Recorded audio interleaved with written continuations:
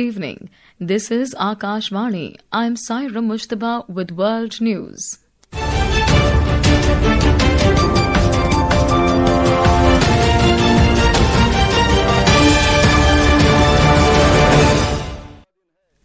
The headlines. Prime Minister Narendra Modi highlights importance of Seychelles in India's vision Mahasagar, announces $175 million special economic package to support development in the island nation. Russia says it supports India's chairmanship of BRICS, describes New Delhi's agenda as modern and highly relevant. Russia warns UK over ground troop deployment in Ukraine. 53 migrants dead or missing after boat capsizes off the coast in Libya. And Indian shooters win gold in women's 25-meter pistol team event at Asian Rifle and Pistol Championship in New Delhi.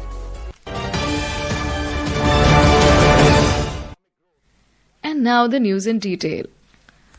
Prime Minister Narendra Modi today announced a special economic package of $175 million for the Seychelles. Addressing the joint press conference after meeting the President of the Seychelles, Dr. Patrick Amini, in New Delhi, the Prime Minister said this package will support social housing, e-mobility, vocational training, health, defence and maritime security. विकास साझेदारी Bharat Seychelles संबंधों की मजबूत नींव रही है। हमारे सभी प्रयास सेशेल्स की प्राथमिकताओं और आवश्यकताओं पर आधारित हैं। इस दिशा में आगे बढ़ते हुए आज हम $175 मिलियन के स्पेशल इकोनॉमिक पैकेज की घोषणा करने जा रहे हैं। यह पैकेज सोशल हाउसिंग, ई मोबिलिटी, वोकेशनल ट्रेनिंग, स्वास्थ्य, रक्षा और मैरीटाइम सिक्योरिटी जैसे क्षेत्रों में ठोस परियोजनाओं को सपोर्ट देगा। India and Seychelles also signed 7 Memoranda of Understanding or MOUs across various sectors including health, meteorology, electronics and information technology and good governance. Briefing media in New Delhi, Foreign Secretary Vikram Misri said, Seychelles is a maritime neighbour and a trusted partner, and it holds a special place in India's vision Mahasagar. To leaders, they announced the India-Seychelles joint vision for sustainability, economic growth and security through enhanced linkages, outlining future axes for cooperation between the two countries. The document has detailed sections on trade and economic cooperation, digital and financial exchanges, cooperation in the fields of energy, health, defense and maritime security, and also cooperation in various regional and multilateral fora that both countries are members of. President of the Seychelles, Dr. Patrick Amini, said that this visit reflects long-standing friendship and mutual respect between both the countries. The business and private sector dimension of the relationship was also examined, with a focus on trade, investment, and opportunities for greater collaboration between enterprises in both countries.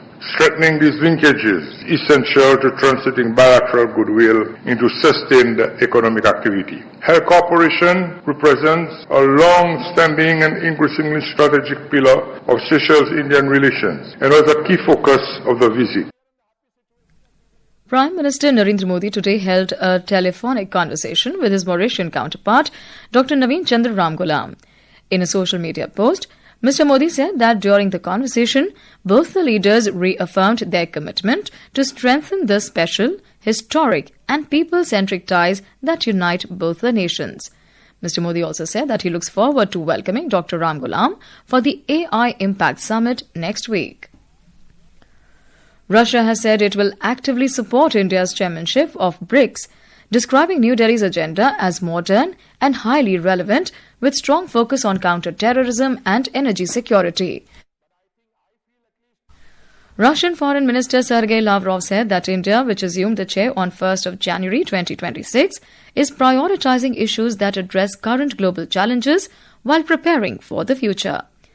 In an interview with TV BRICS, he highlighted the relevance of counter-terrorism amid persistent threats in the region. Russia has warned the United Kingdom over deploying troops on the ground in Ukraine. Russia's ambassador to London, Andrei Kelin, said that Moscow considers the UK a de facto party to the Ukraine conflict due to its extensive military and political involvement. Speaking to Russian media, Kellin said, British actions go beyond support and reflect a broader strategy to contain Russia. He also pointed to the presence of active duty British personnel and the role of British veterans fighting in Ukraine. The Russian Federal Security Service, FSB, has said today that Polish special services helped Ukraine orchestrate the attempted assassination of Russian General Vladimir Alexeyev. The main suspect in Friday's shooting attack in western Moscow was arrested in the United Arab Emirates and transferred to the Russian capital over the weekend. The FSB claims evidence shows Warsaw used a Polish citizen to help the Security Service of Ukraine, SBU, recruit the gunman. Meanwhile, Ukraine denied responsibility for the attack. Russian Foreign Minister Sergei Lavrov alleged that the United States is seeking control over global energy supply routes to secure economic dominance. Speaking to TV Breaks, Lavrov argued Washington uses coercive measures that undermine fair competition. This is Akashvani. You are listening to World News. We bring you the top international news and updates from around the globe. Welcome back. 53 migrants, including 2 babies, were dead or missing after a rubber boat carrying 55 people capsized off the coast of Libya, the International Organization for Migration, IOM, said today. The IOM said that the vessel overturned north of the coastal city of Zuwara and only 2 Nigerian women were rescued in a search and rescue operation by the Libyan authorities.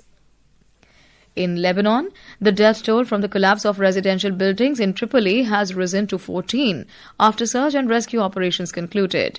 Civil Defense Director General Imad Krais said that rescue teams recovered 14 bodies and rescued 8 people from the rubble. Yesterday, officials had confirmed that 2 adjoining residential buildings had also collapsed. A Hong Kong court today sentenced a 78-year-old democracy advocate and media tycoon Jimmy Lai to 20 years in prison under the national security law. The sentence follows his conviction in December 2025 on charges of foreign collusion and seditious publication. The European Union, United Kingdom, United States and rights groups condemned the ruling, warning it signals a deep erosion of press freedom in Hong Kong. Iraq today announced that a former senior security officer during the rule of former President Saddam Hussein has been hanged for his involvement in the 1980 killing of a prominent Shia cleric.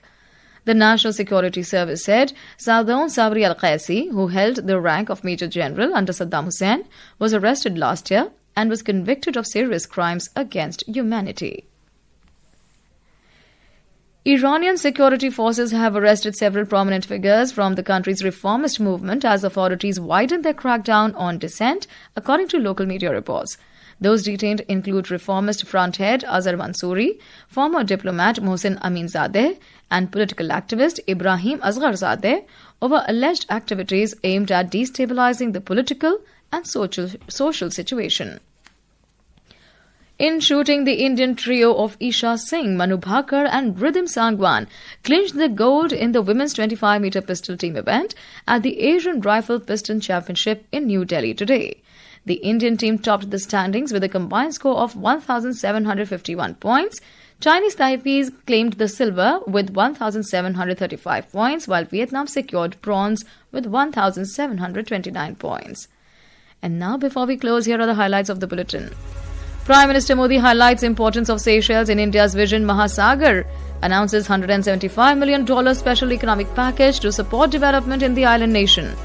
Russia says it supports India's chairmanship of BRICS, describes New Delhi's agenda as modern and highly relevant. Russia warns UK over ground troop deployment in Ukraine.